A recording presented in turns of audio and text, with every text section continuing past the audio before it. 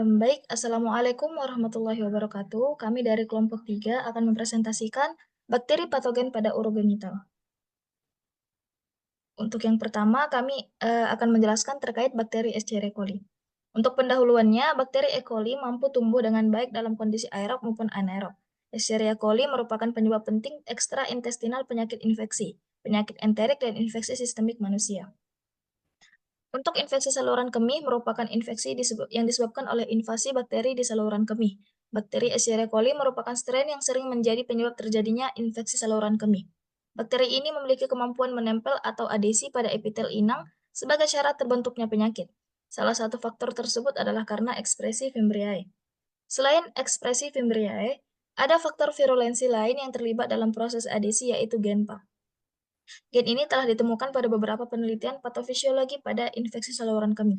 Faktor virulensi yang dimiliki oleh Escherichia coli juga dapat terlibat dalam beberapa kasus pembentukan biofilm yaitu Fimbriae tipe 1. Untuk hubungan E. coli pada urogenital sendiri, yang pertama ada E. coli dan infertilitas, yang kedua ada E. coli dan keguguran, kemudian ada E. coli dan lahir mati, E. coli dan persalinan prematur spontan, E. coli dan pecahnya ketuban prematur, E. coli kelahiran prematur dan berat badan lahir rendah, E. coli dan karyomnoinitis, E. coli dan sepsis neonatus. Kemudian cara menginfeksi bakteri E. coli ini dapat memasuki saluran kemih melalui uretra. Jalur masuk ini biasanya terjadi karena perpindahan bakteri dari daerah perianal atau area sekitar anus ke uretra, yang seringkali disebabkan oleh kebersihan yang kurang baik. Kemudian bakteri E. coli memiliki mekanisme adesi yang kuat untuk menempel pada sel-sel saluran kemih. E. coli juga seringkali menggunakan Fimbriae tipe 1 dan P. fimbriae untuk menempel pada reseptor spesifik di sel epitel. Setelah menempel, bakteri mulai berkembang biak dan dapat membentuk koloni atau biofilm pada permukaan epitel. Biofilm ini membuat bakteri lebih sulit untuk dihilangkan oleh respon imun tubuh dan lebih tahan terhadap antibiotik. Bakteri seperti E. coli dapat menghasilkan berbagai faktor virulensi, termasuk toksin yang merusak jaringan host, enzim yang memecah komponen seluler, dan mekanisme yang menghindari respon imun host. Sistem kekebalan tubuh merespon dengan mengirimkan sel-sel imun ke lokasi infeksi. Gejala seperti peradangan, nyeri saat buang air kecil, dan peningkatan frekuensi buang air kecil adalah hasil dari respon imun ini. Baik, selanjutnya di sini ada identifikasi bakteri. Untuk mengidentifikasi bakteri Escherichia coli bisa dengan berdasarkan uji biokimia. Medium yang digunakan itu ada banyak, ada KIA, SIM, LIA, dan sitrat. Untuk medium KIA atau Kigler's Iron Agar, tampak bagian lereng berwarna kuning atau A. Bagian dasar berwarna kuning, itu menunjukkan bahwa bakteri mampu mengurangi laktosa dan glukosa, sehingga tidak membentuk warna hitam atau esmin. SIM atau sulfida indole motility berfungsi untuk mengetahui terbentuknya sulfida asam atau esmin. Maka medium tetap berwarna kuning. Indol atau I+, jika dengan penambahan Ehrlich A dan Ehrlich B pada permukaan medium berwarna merah, motil menunjukkan pertumbuhan bakteri yang menyebar pada medium. Media LIA atau lisin iron agar tampak bagian lereng di dasar berwarna ungu atau K dan tidak membentuk warna hitam.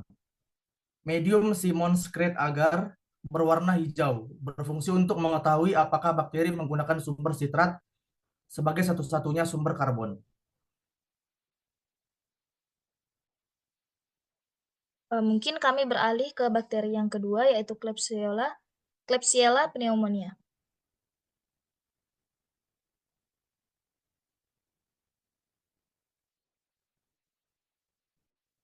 Mungkin hubungan Klebsiella dengan urogenital, uropatogen yang menyebabkan infeksi saluran kemih tanpa komplikasi termasuk Opreka, Klebsiella pneumonia, dan Staphylococcus saprophyticus memiliki kemampuan untuk mengikat langsung ke epitel kandung kemih.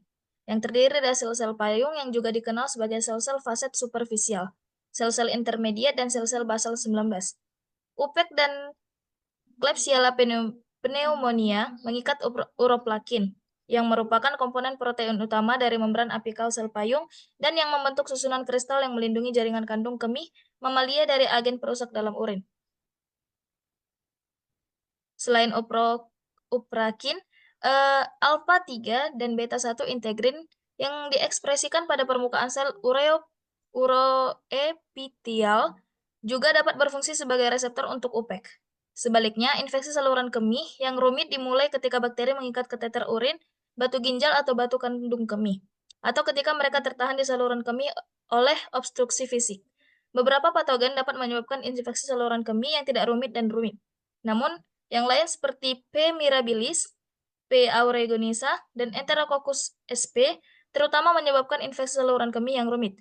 Selanjutnya, uropatogen ini sering membentuk biofilm yang bertanggung jawab atas kolonisasi dan persistensi. Kemudian cara menginfeksi Klebsiella pneumoniae dapat memasuki saluran kemih melalui uretra. Kemudian bakteri ini menggunakan adesin yang berikatan dengan reseptor spesifik pada sel-sel epitel saluran kemih. Adesi yang kuat membantu bakteri bertahan di saluran kemih dan mencegah pengelupasan atau pembersihan oleh aliran urin. Kemudian bakteri dapat menghasilkan berbagai faktor virulensi, termasuk toksin yang merusak jaringan host, enzim yang memecah komponen seluler, dan mekanisme yang menghindari respon imun host. Sistem kekebalan tubuh merespon dengan mengirimkan sel-sel imun ke lokasi infeksi.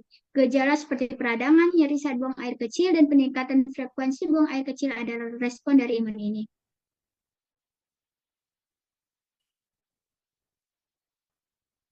Di sini ada identifikasi bakteri. Metode yang dapat digunakan untuk identifikasi bakteri dari Klebsiella pneumonia adalah menggunakan metode genotip uji Hodge yang dimodifikasi. Uji inaktivasi carbapenem ini memiliki sensitivitas dan spesifitas yang dapat diterima untuk produk carbapenemase. Selanjutnya, metode yang dapat digunakan untuk identifikasi bakteri Klebsiella pneumonia yaitu menggunakan instrumen PCR real-time assay. Sensitivitas metode ini dioptimalkan untuk 10 Fg DNA KPC yang dimurnikan. Elektroforesis gel agarosa dari Amplicon menunjukkan bahwa intensitas pita berkorelasi baik dengan konsentrasi amplitam yang dihitung.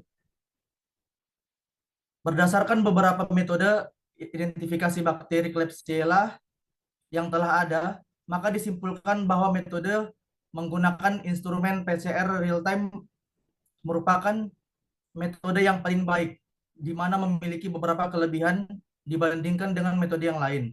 Di antaranya adalah membutuhkan waktu pengujian yang singkat, sensitivitas dan spesifisitas yang tinggi untuk bakteri KPC.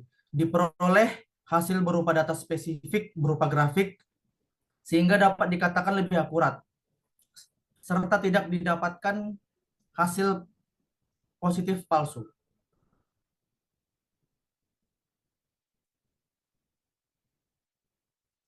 Baik, mungkin segitu saja presentasi dari kami.